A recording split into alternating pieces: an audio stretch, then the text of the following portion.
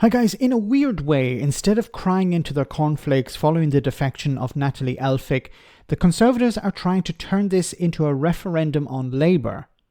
Why are the party doing this? Are they really left-wing? Why are they taking on hard-right Brexiteers who are outspoken on immigration? Now, Tim Montgomerie, the head of the influential Conservative Home, seems to have found something that he can latch on to, or perhaps the Tories can. And that is to try and get the public to ask more questions about Starmer and Labour. However, Tim doesn't get it, and I'll explain why.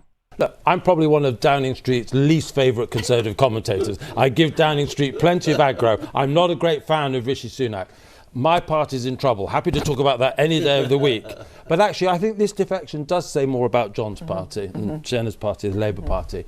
Because there have been these questions for a long time about Keir Starmer. What does he really believe? The man who served under Jeremy Corbyn, wanted Jeremy Corbyn as Prime Minister, and he's gone through so many evolutions. And now to welcome someone into the Labour Party who's much more right-wing than I am on immigration and crime and Europe. And I was just appalled, really. And I think the question what you were saying was there's more of an issue for Labour. Yeah. There's a kind of, you might suggest that there's a kind of Sunak handing off now.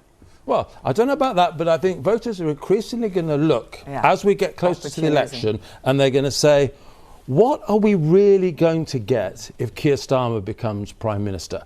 Are we going to get the Corbyn iteration? Are we going to get this centrist? Or are we now going to get someone who panders to the sort of positions that Natalie Elphicke says? And the confusion is a problem for you, John. You haven't got definition.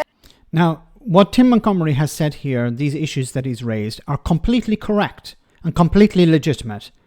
What sort of leader will Keir Starmer be? What sort of Prime Minister will he be?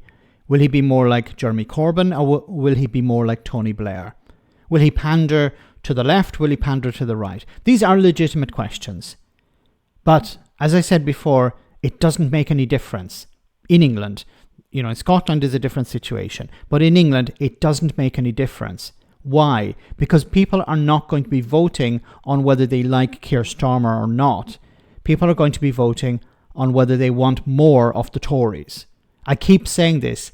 The election will be a referendum on the incumbent. Do they want more, another 5 years of Rishi Sunak or Suella Braverman or Boris Johnson or whoever? That will be what they will decide on the day. Now, as we get closer to the election, many questions will be asked. But I think at the end of the day, voters will cast their ballot based on whether they want more of the Tories or less of the Tories.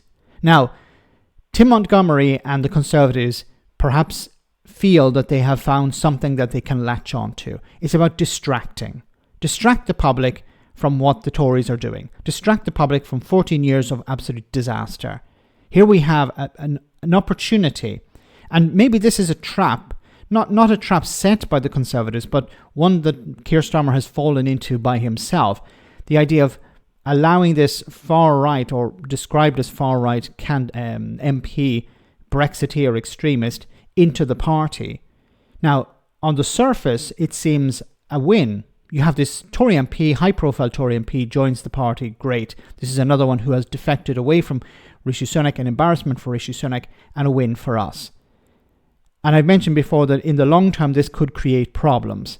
But in the short term, it's seen as a win. Now, the Conservatives, instead of crying over this, they perhaps see an opportunity to distract the public. See, what type of politician is Keir Starmer? They want the public asking questions about Keir Starmer. Because if they're talking about Starmer, they're not talking about 14 years of Tory rule. They're not talking about a crumbling NHS. They're not talking about immigration. They're not talking about public services on their knees.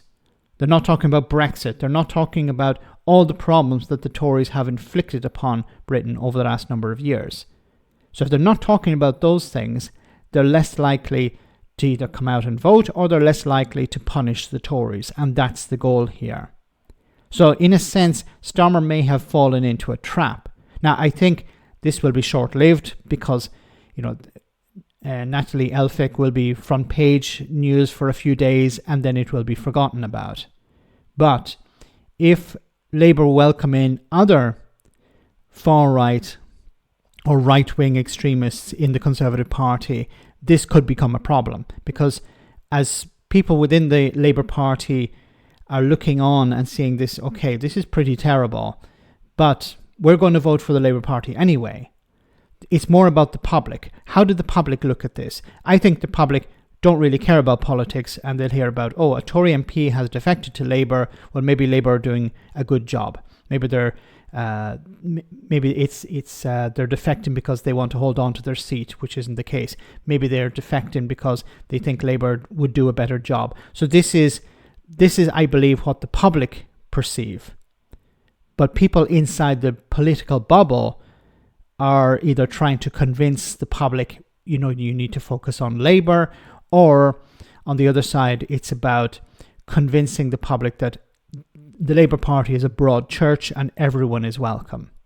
Let me know in the comment section, guys, what you think about all of this. As always, your comments are greatly appreciated. Thanks a lot.